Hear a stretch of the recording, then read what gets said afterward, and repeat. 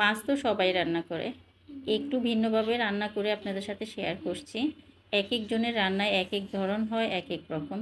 তাই ভিন্নভাবে রান্না করলে খাবারের স্বাদটা একটু ভিন্ন আসে, তাই রুচিরও পরিবর্তন আসে। তাই আজকে শেয়ার করলাম ভিন্ন রকমের রূপচাঁদা মাছ ভুনা।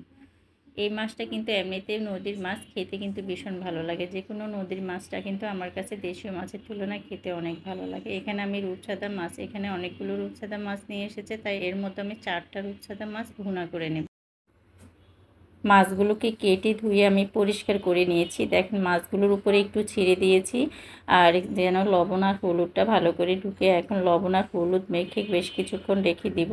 খুব ভালো করে লবণটা আর ভালো করে হলুদটা মেখে নিব, যেন মাছের ভিতরে যে কাটা অংশ দিয়ে লবণ আর হলুদটা মাছের ভিতরে ঢুকে। এ পর্যায়ে আমি চুলাতে একটা কড়াই বসিয়ে পরিমাণ মতো তেল দিয়ে সাথে একটু সামান্য একটু হলুদ গুঁড়ো দিয়ে দিয়েছি, আর মাছের উপরে একটু 1 টেবিল চামচের মতো কর্নফ্লাওয়ার মেখে নিয়েছি। আর কর্নফ্লাওয়ারটা মেখে নিলে রূপচাঁদা মাছটা এমনি কিন্তু তেলের মধ্যে দেওয়ার পরে একটু ফেটে ফেটে ফাটল ধরে ভেঙে যেতে চায়, তাই একটু কর্নফ্লাওয়ার দিয়ে মেখে নিলে একদমই সুন্দর থাকবে, আর ফাটা ফাটা যে ভাবটা ওইটা আসবে না। বেশি দেওয়া যাবে না, বেশি দিলে উপরে একটা লেয়ার স্তরের মতো পড়ে যায়, ভিতরে মশলাপাতি ঢুকে না। অল্প দিয়ে দেখেন আমার একটা রূপচাঁদা মাছও কিন্তু ফাটল ধরেনি, আস্তেও রয়েছে, সুন্দর রয়েছে। এভাবে আমি উল্টিয়ে পাল্টিয়ে মাছগুলোকে ভেজে নিয়েছি। আর বেশি কড়া করেই ভাজি না, যেহেতু এটা ভুনা করব। এখন আমি রান্নাতে চলে মাছে যে ভাজার পরে যে অবশিষ্ট তেলটা রয়েছে দিয়ে দিয়েছি। একটা পেঁয়াজ টুকরো করে কাটা, রসুন একটা খোসা ছাড়িয়ে নিয়েছি, 1 চা চামচ দিয়ে দিয়েছি জিরা, আর 1 চা চামচ দিয়ে দিয়েছি মৌরি, আর অর্ধেকটা টমেটো টুকরো করে কেটে নিয়েছি। সবগুলো একটু ভেজে নেব, জিরাটা যেন একটু মচমচে ভাজা ভাজা হয়েছে, আর সবগুলো মশলা যেন একটু সিদ্ধ হয়ে যায়। তারপরে ব্লেন্ড করে নিয়েছি। এই মশলাটার কারণে কিন্তু রূপচাঁদা মাছের ভুনাটা খেতে কিন্তু অন্যরকম একটা টেস্ট আসে।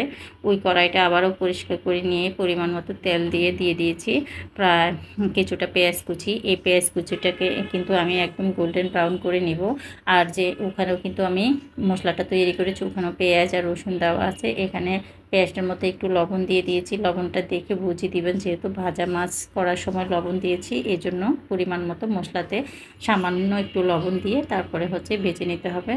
আর পেঁয়াজটা যখন গোল্ডেন ব্রাউন বেরেস্তার মতো হয়ে আসবে, বেশি পুড়তে যাবে না, এরকম গোল্ডেন ব্রাউন হলেও আপনাকে তৈরি করা মশলাটা দিয়ে, আর দিয়ে দিয়েছে 1/2 চামচ হলুদ গুঁড়ো আর 1/2 চামচ মরিচ গুঁড়ো দিয়ে মশলাটাকে খুব ভালো করে কষিয়ে নেব। আর এই মশলাটার কারণে কিন্তু আপনার মাছের টেস্টটা কিন্তু বহু গুণে বেড়ে যায়।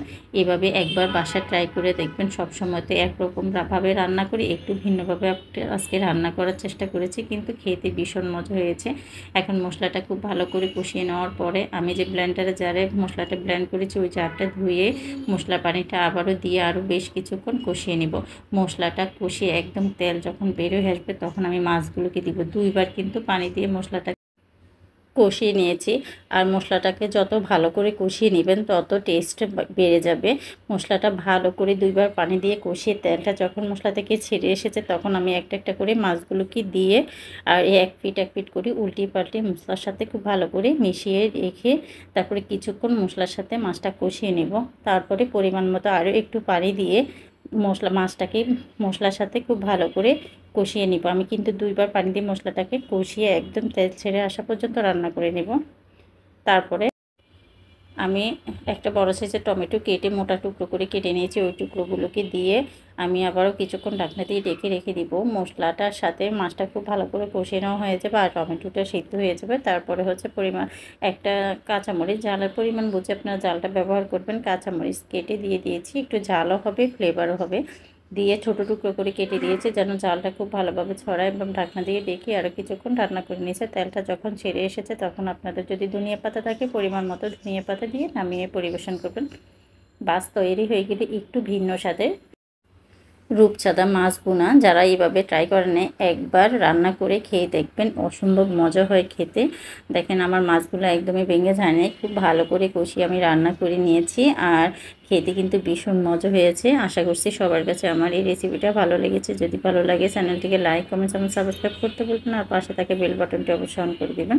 আর যারা আমার ভিডিওটি দেখছেন কেমন হয়েছে কমেন্টসের মাধ্যমে জানিয়ে দেবেন। দেখেন আমার মাছটা একদমই রেডি। আর ধনিয়া পাতা দিতে আমি ভুলে গিয়েছিলাম, পরবর্তীতে আমি খাওয়ার আগে ধনিয়া পাতাটা দিয়ে পরিবেশন করেছি।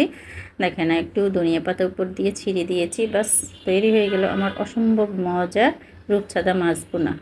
সবাইকে ধন্যবাদ জানিয়ে শেষ করলাম আজকের আয়োজন। আল্লাহ হাফেজ।